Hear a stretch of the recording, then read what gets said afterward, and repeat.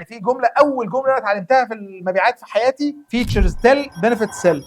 في عندنا حاجه اسمها تحليل الصفات وتحويلها الى فوائد، لان العميل مش بيفهم نفس اللغه بتاعتك. يعني في جمله، اول جمله انا اتعلمتها في المبيعات في حياتي، فيتشرز تيل بنفيت سيل، الخصائص تتحدث والفوائد تبيع. فانت عشان كده مهم جدا انك تحلل الصفات الموجوده في المنتج بتاعك وتحولها الى ايه؟ فوائد. ايا كان اللي احنا بنبيعه، بنبيع سوفت وير، بنبيع سيستم كذا، بنبيع عقار، ايا كان حضرتك بتبيعه، بتبيع اسلاك، بتبيع مش عارف كذا، ايا كان اللي بتبيعه، المنتج بتاعك ده ليه صفات. العميل هيستفيد منها ايه؟ العميل ما بيفهمش الصفات. ليه؟ حضرتك بتبص من هنا، المنتج بالنسبه لك هو كل حياتك ولا جزء من حياتك؟ هو كل حياتك، انت بتنام تحلم بيه. فالمشكله دي بقى عامله لك مشكله ثانيه، انك انت بيجي لك مرض اسمه ايه؟ قصر النظر التسويقي، بيخليك من كتر ما انت لازق في المنتج مش شايف العميل، ولا شايف العميل بيشوف منتجك ازاي. حد خد باله الحته دي يا جماعه؟ انا عايزكم تتعلموا الكلام ده للبياعين. احنا بيجي لنا المرض ده ان انا من كتر ما انا لازق. بالمناسبه طب اقول لك على حاجه، حضرتك قبل ما تخش الشغلانه دي، لما حضرتك كنت بتشوف اعلان ليهم في الشارع، كنت بتحس بحاجه ولا الهوا؟ اول ما دخلت بقى في الشغلانه، يا نهار ابيض، شوف كل الاعلانات اللي معديه، يا نهار ابيض، بص بص بيبيعوا بكام، بص دول بيعملوا ايه، نصابين اصلا ولاد الذين دول. عارف انت بتاخد بالك من كل حاجه معديه ليه؟ دخلت جوه الشغلانه. العميل بقى، العميل بتاعك شايف المنتج بتاعك كل حياته ولا جزء من حياته؟ جزء صغير جدا. في كلمه انا كنت بقولها للناس بتوع